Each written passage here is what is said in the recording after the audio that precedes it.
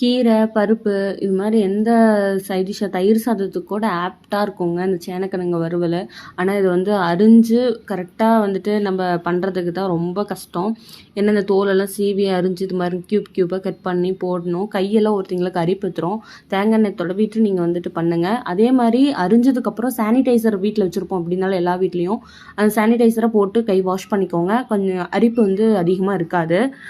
நான் எப்பயுமே யூஸ்வலாக அப்படி தான் பண்ணுவேங்க. அப்புறம் சேனக்கிழங்கு நல்ல தண்ணியில் அலசிட்டு உப்பு போட்டு மஞ்சத்தூள் போட்டு வேக வச்சு வடித்து எடுத்து வச்சுக்கலாம். இன்னொரு பேனில் எண்ணெய், கடுகு, உளுந்தம்பருப்பு, கடலைப்பருப்பு போட்டு பொரிஞ்சதுக்கப்புறம் வெங்காயம், பெருவெங்காயம் நல்ல பெரிய வெங்காயத்தில் நான் ஒன்று கட் பண்ணி போட்டிருக்கேன். நல்லா போட்டு வதங்கிட்டு வரமிளகா, கருவேப்பிலை, நம்ம லைட்டாக மஞ்சத்தூள், உப்பு, கொஞ்சம் பெருங்காயம், பெப்பர் தூளுங்க, நான் கரம் மசாலா கொஞ்சம் ஆட் பண்ணியிருக்கேன். தேங்காய் பூ நீங்கள் ஆட் பண்ணுறதா இருந்தால் இந்த ஸ்டேஜ்லேயே தேங்காய் பூவையும் ஆட் பண்ணி நல்லா வணங்கி விட்டுனதுக்கப்புறம் சேனங்கிழங்கு போட்டு நல்லா வறுத்தீங்கன்னா சேனக்கிழங்கு வறுவல் ரெடி.